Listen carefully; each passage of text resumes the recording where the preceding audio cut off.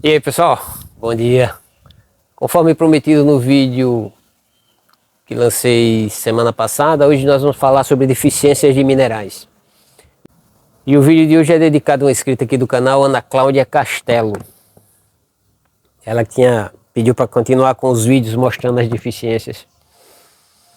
Ana Cláudia, é complicado, é por isso que você vê a maioria das pessoas que postam vídeo no YouTube falando sobre os macros e os micronutrientes e como ele age na planta, e não mostrando na planta em si. Vamos entender isso, porque é complicado, porque existem vários outros fatores que causam na planta esses sintomas parecidos com a deficiência. Uma mudança de clima, um excesso de água no substrato, uma falta de água, um pouquinho a mais de adubo, um pouquinho a menos, aí já seria deficiência em si. Mas existem vários fatores que ocasionam isso. Mas eu quero dar umas dicas para vocês aqui, que depois dessas dicas a grande maioria de vocês vão ter mais facilidades na hora de entender o que está ocorrendo com as plantas, tá certo? Olha, a gente precisa dominar algumas coisas. Primeiro, entender como as plantas se alimentam. Segundo, entender o que as plantas absorvem para poder gerar a energia, tá? Pelas folhas. E o terceiro é o tipo de adubo que a gente utiliza, o que esse adubo contém, como ele é aplicado na planta e o tempo de duração nele no nosso substrato. Vamos começar a forma como as plantas se alimentam. Hoje nós somos privilegiados, nós temos duas formas de nutrir com minerais as nossas plantas.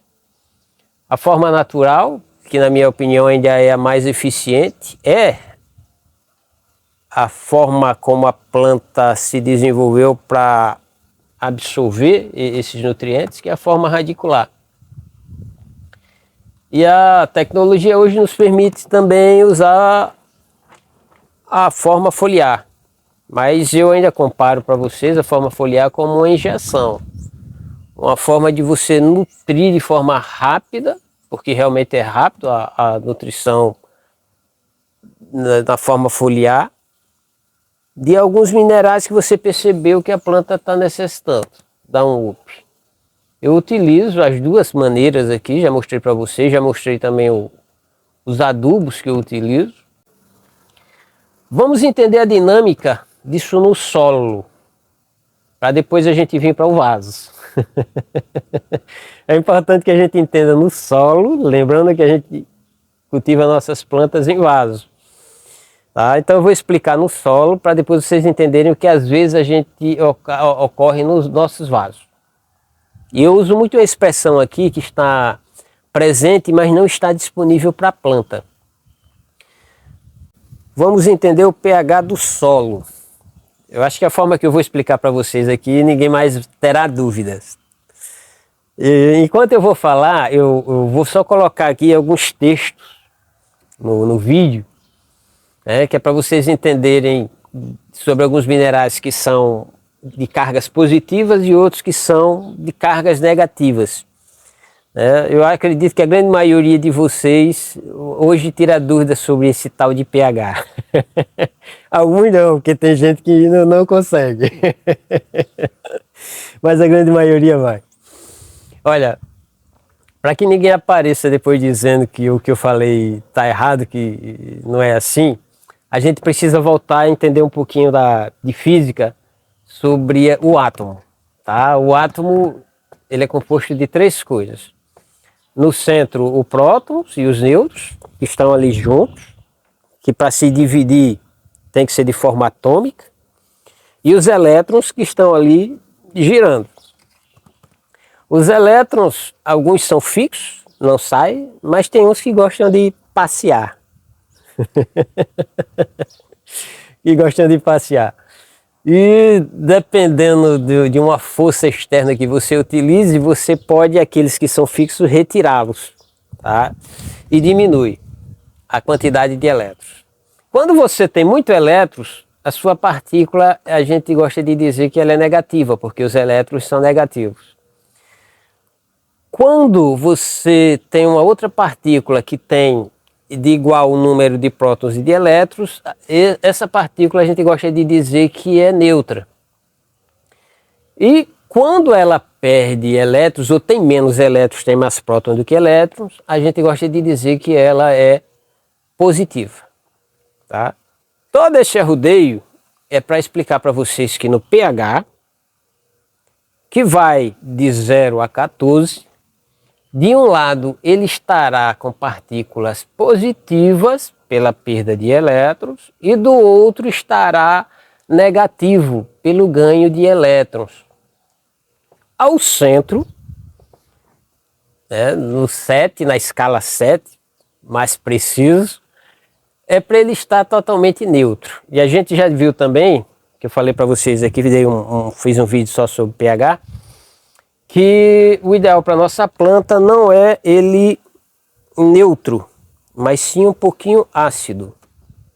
Vocês vão já entender com mais calma por quê. Grande parte dos nutrientes, dos micronutrientes, ele tem cargas negativas. E a gente entendeu na eletricidade, ou na escola, né, que o positivo atrai o negativo. E o negativo também atrai o positivo. E quando eles são iguais, eles se repelem. Biano, por que é importante entender isso? Porque alguns minerais têm cargas positivas e outros negativas.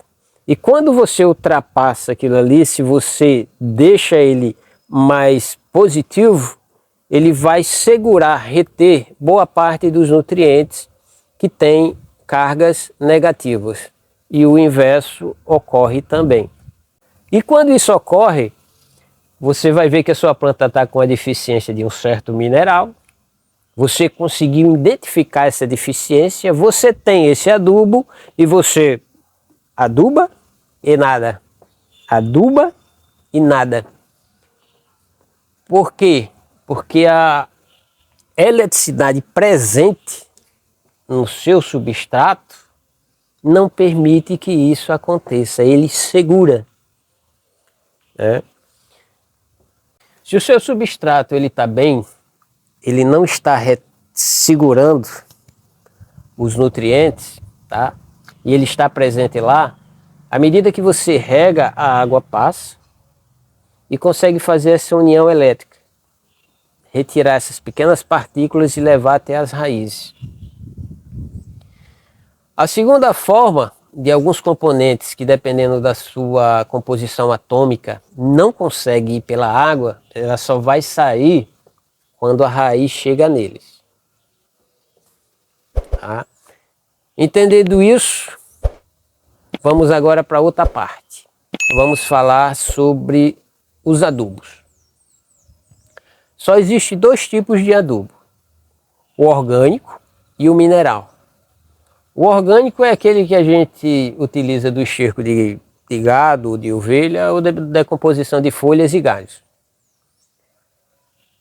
A vantagem do orgânico é que ele é de liberação lenta, demora muito tempo, vários meses para ser decomposto no substrato. E o terceiro é que é de uns adubos mais completos que nós ainda temos. Hoje a tecnologia dos adubos químicos minerais tem aumentado muito, mas os orgânicos ainda são os mais completos. Porque os minerais que geralmente se precisa estão nas folhas e na decomposição as bactérias liberam esses minerais. Grande parte dele dos macros e micronutrientes. E o outro adubo, que é o químico mineral, existem algumas coisas sobre eles que vocês têm que saber. Nem toda a região tem vários adubos disponíveis. Eu mesmo aqui moro na capital, em Natal, tenho várias lojas aqui de materiais agrícolas. Às vezes eu sinto dificuldade em encontrar alguns adubos. Às vezes peço de fora para poder testar, conhecer. Nem eu tenho aqui. Então você tem que saber o que você tem disponível na sua região e entender dele o que ele contém, o que ele oferece para você, quando eu falo o que é que ele contém. Por exemplo, quando você pega o Super Simples que você fornece para sua planta, você está fornecendo 3 macronutrientes, um principal e 2 secundários. O principal é o fósforo e o secundário é o cálcio e o enxofre. Quando você está fornecendo cloreto de potássio, o KCl, o famoso KCl, o vermelho ou o branco, um espaçozinho para explicar a diferença do vermelho para o branco. O vermelho é a mesma coisa que o branco. Ele contém em torno de 60% de potássio e 40% de cloro, que é o componente químico que usaram mais em conta para poder retirá-lo da terra, tá? Separação, como eu falei para vocês no início aqui do vídeo. Aí porque um é branco e o outro é vermelho? É porque o local onde retiraram o vermelho continha ferro. E existe uma pequena contaminação, entre aspas, que eu não considero contaminação, do ferro, por isso que ele fica vermelho. O barro, que muita gente utiliza em substrato, que eu não aconselho muito, ele é vermelho porque contém nele também ferro. Mas é o mesmo, não tem diferença, tá? Voltando. Como eu falei, o cloreto de potássio, ele fornece para vocês 2 coisas. O potássio, que é um macronutriente, e o cloro, que é um micronutriente. Só que a quantidade de cloro existente no adubo é muito alto. É muito alto. É muito acima da capacidade, da necessidade da planta. Não a capacidade, da necessidade da planta. Então você precisa entender isso. Leiam o que está lá nesses componentes. E existe uma outra coisa que é muito importante e pouca gente fala. Porque tudo isso que eu falei para vocês, da forma como esses nutrientes chegam à raiz, como é absorvido pela planta, vocês vão entender agora. Quando você pegar um adubo, veja a capacidade dele de diluição. O quanto ele é diluído. Porque se ele contiver 70% de, vamos usar assim aqui, de cálcio, vamos usar cálcio, só como exemplo, tá? Se ele tiver 70% de cálcio, mas desses 70%, só 10% consegue ser diluído, na verdade você só vai conseguir fornecer para sua planta 10%. Você vai pagar por 70% e só vai dar 10%. Agora vocês vão entender por que eu fiz questão de frisar que são partículas minúsculas e que chegam através de água. A grande parte desses nutrientes chegam pela água. Dito tudo isso, eu tenho certeza que muitos de vocês aí agora já conseguiram entender por que as suas plantas não se desenvolvem. Tem a necessidade da água para poder ter essa alimentação de adubos. Então, as pessoas que ainda insistem em só regar sua planta 1 ou 2 vezes por semana, né, a sua planta fica estagnada e não entende por quê. É porque a adubação não chega. E tem um inscrito aqui do canal que me perguntou um tempo atrás se os nutrientes no substrato a planta só absorvia com água. Bom, eu falei, já tinha dito a resposta para ele, mas agora foi um pouco mais aprofundado. Grande abração, Gilberto. Já que a gente está falando do que fornece, eu quero abrir também um espaçozinho aqui para falar sobre uma coisa que muita gente utiliza. E eu também utilizo, eu não estou querendo discriminar ninguém aqui, nem dizer que não utilize, tá? Eu só quero deixar uma ressalva para que vocês tomem cuidado, que é o calcário. O calcário ele não é vendido como adubo, ele é vendido como corretivo de solo. Mas no calcário, muita gente utiliza ele para fornecer 2 nutrientes à planta, que é o cálcio e o magnésio. 2 macronutrientes secundários, E a planta utiliza muito em algum determinado momento da vida. Utiliza a vida toda, mas em algum momento vai utilizar em grande quantidade. O calcário, ele tem uma capacidade de alterar as cargas do seu solo. No caso, o nosso substrato em vaso. Quando ele está ácido, que está com muitas cargas positivas, ele consegue ajustá-lo ou deixar ele em base ou alcalino. E olha, você tirar de ácido para alcalino é fácil, mas de alcalino para ajustar é muito mais complicado. Então, quem utiliza, se já sabe a quantidade certa, continue assim. Quem vai utilizar agora, moderação. Se você quer utilizar, cálcio e magnésio tem vários outros adubos aí. Como eu falei para vocês, veio a composição, mas se você vai utilizar, quer utilizar, eu lhe aconselho a colocar no máximo umas 3 colheres de sopa para uns 10 litros de substrato. Acima disso você pode ter alguns problemas, mas se você já utiliza mais, aí é por conta e risco. Tudo isso, as dúvidas que tiverem, bota nos comentários. Vai que gera outro vídeo. Vamos agora para as outras 2 partes que eu falei para vocês, que eu prometi. Vamos falar sobre vírus mosaico, minha experiência com vírus mosaico, tentar aliviar o coração de muita gente aqui, porque realmente existem algumas deficiências que causam os sintomas de vírus mosaico nas plantas. E eu às vezes acredito também que tem algum outro vírusinho, mas que as plantas se recuperam. Vou dar um tempinho nessa parte aí, porque eu sei que muita gente precisa.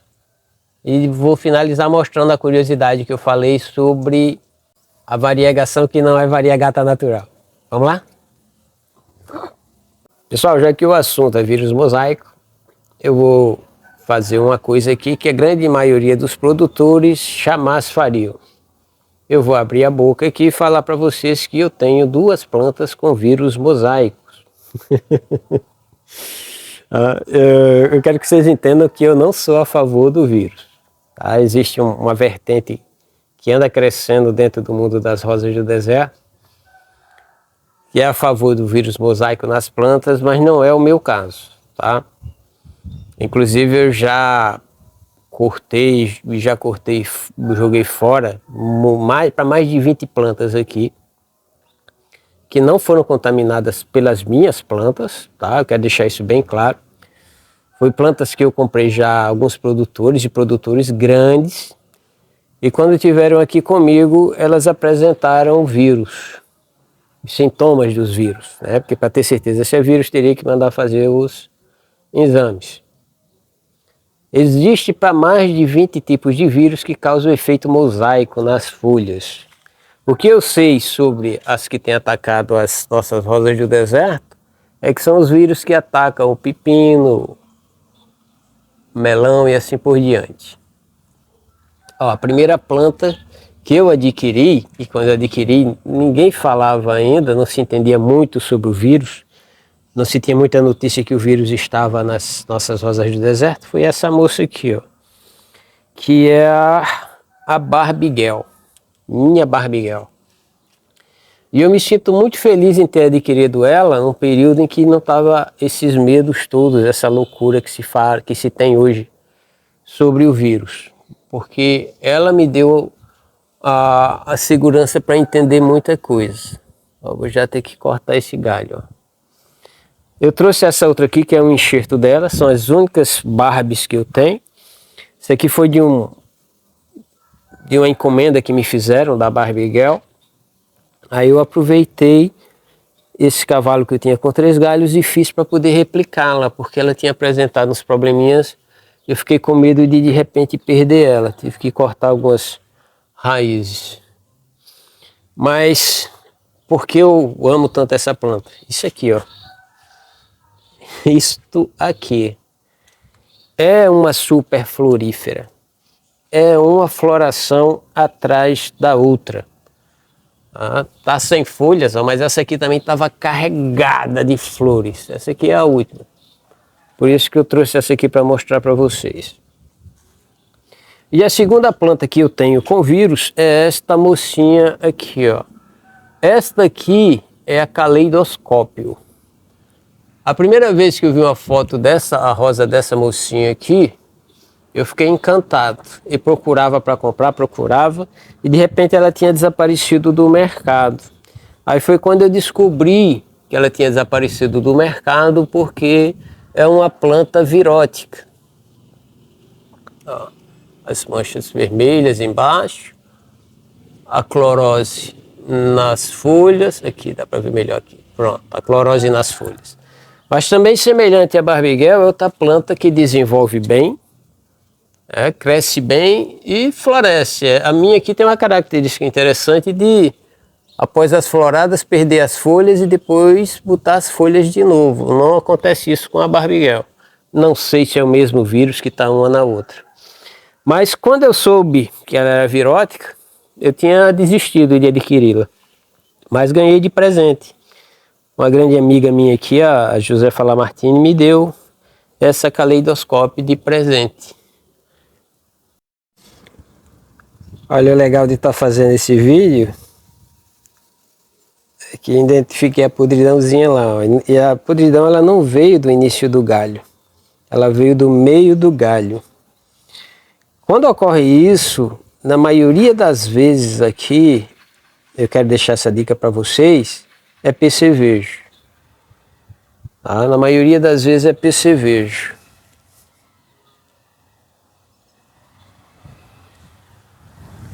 E é os pequenininhos que a gente mal vê. O clima favorece um pouco para isso. Vamos lá, continuar. Olha, essa mocinha aqui eu mostrei ela no vídeo sobre genética, onde eu mostro que a genética é mais forte do que a adubação para a questão de floração. Estamos com chuvas aqui, acima das médias, não pararam ainda. A maioria das plantas estão sem folhas, estão feias.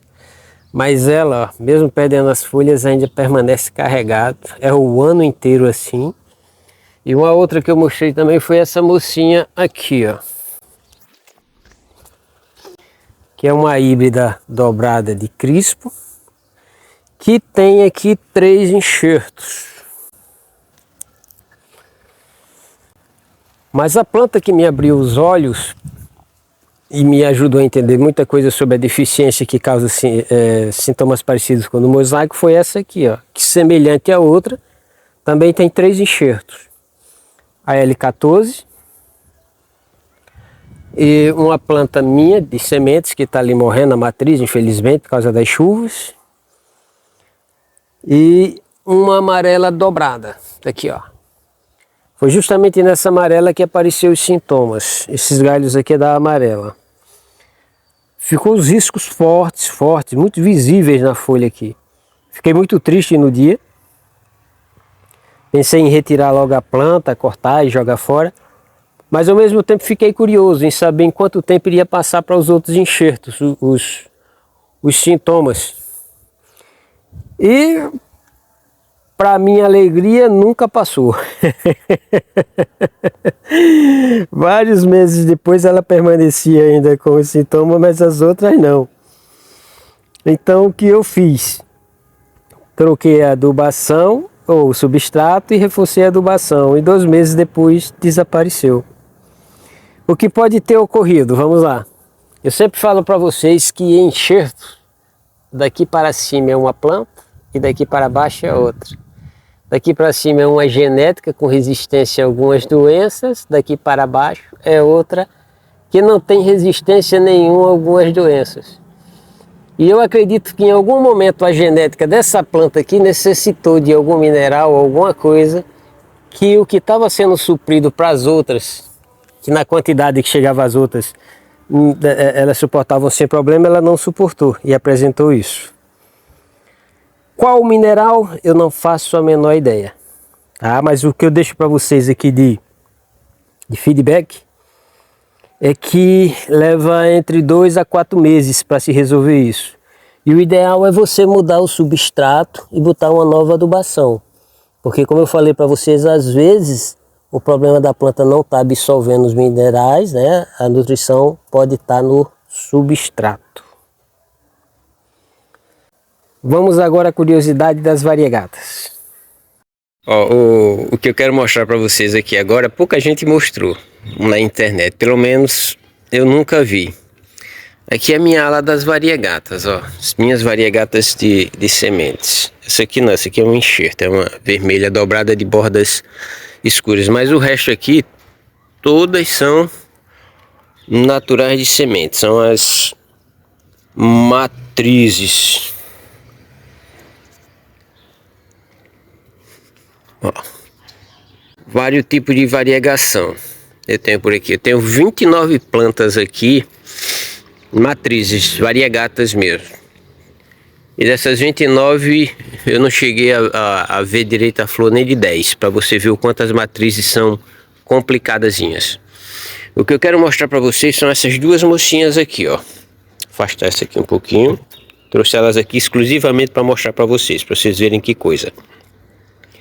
Quando a gente olha para isso aqui, ó, não tem quem não diga que não é variegação, porque é uma variegação.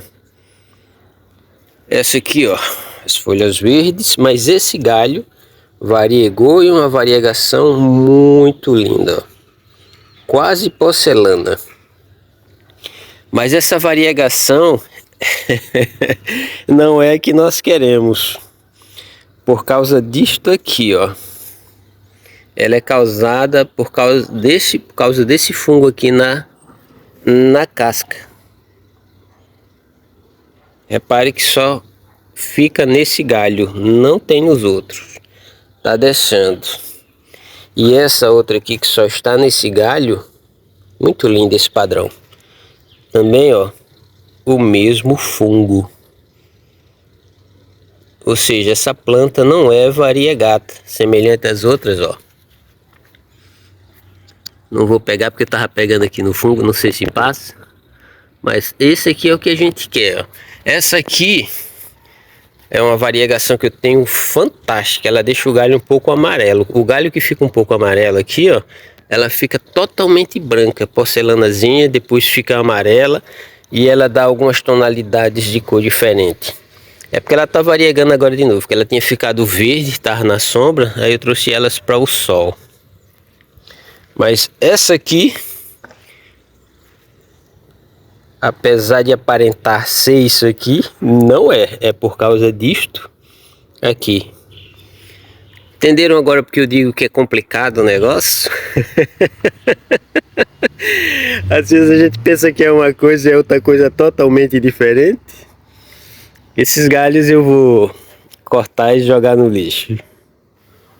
Infelizmente, apesar de estarem assim tão lindos, não é o que a gente quer.